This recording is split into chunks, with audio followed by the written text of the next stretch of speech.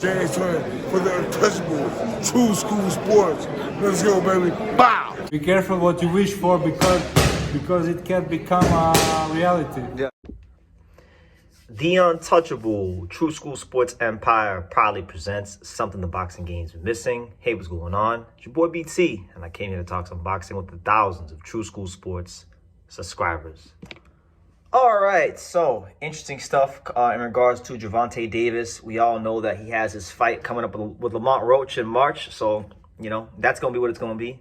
We fully expect it to be a one-sided beatdown. Anybody with sense and reasoning knows that that fight is more than likely gonna end up in a one-sided beatdown. That's why they picked Lamont Roach. Anybody saying otherwise is just being delusional. But it was reported by Ellie Seckback that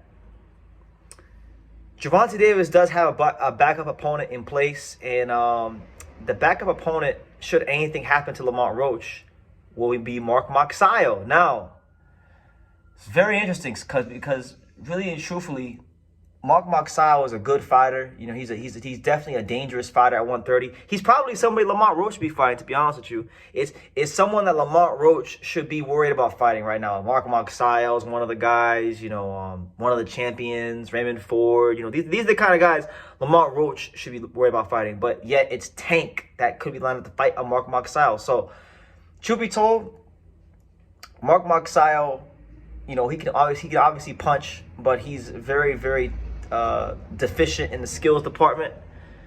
He's gotten better over the years, you know, but he's very deficient in the skills department. And if he does become a Tank opponent, if Lamont Roach pulls out, then I think it'd be an entertaining fight because Magsayo can punch. But like, I have to just wag my finger here for a second and just push back a little bit. Why on God's green earth is a 130 pounder the replacement? Like, this is what I'm saying, and this is my retort. This is my reply. This is my biggest gripe with Tank. And his fans don't like when I say this, but it's just the truth. He loves to take these guys from a smaller weight class and drag them up in weight. He's been doing it the majority of his career. It's the truth. Gervonta Davis fanboys, they don't like to accept it. But how do you have a guy? Gervonta Davis campaigns at the lightweight limit, 135 pounds. He's fighting a fighter who, yes, he's fought at lightweight early in his career when he was a prospect, but he didn't do shit at 135. He made his noise and became a champion and became who he was in boxing at 130, right?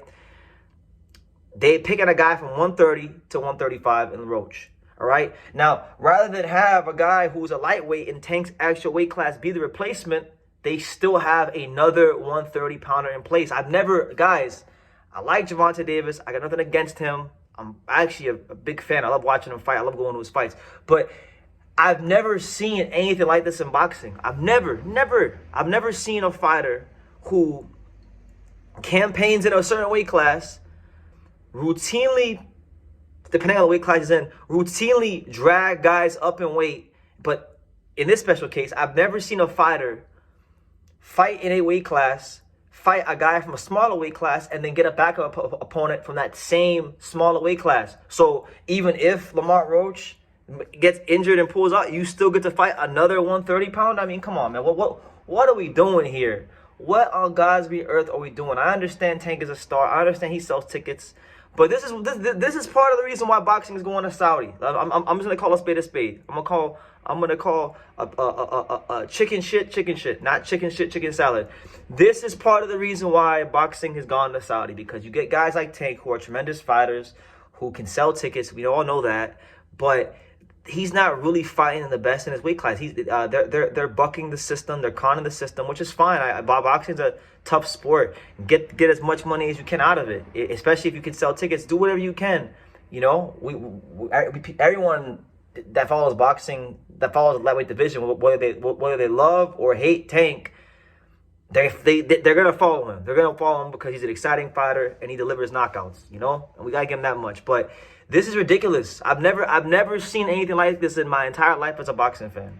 And if you guys can remind me of a time where you've seen a fighter campaign in a certain weight class, fight a guy from a lower weight class, like a weight class apart, and then he doesn't even get a backup opponent for his own weight class. He gets a backup opponent still in that weight class below.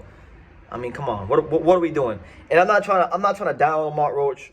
I'm not trying to down Mark Magsayo. These guys are both good fighters. Like Mark Magsayo and Roach can fight, and whether it's regardless of which one it is that fights Tank, I wish them the best in them.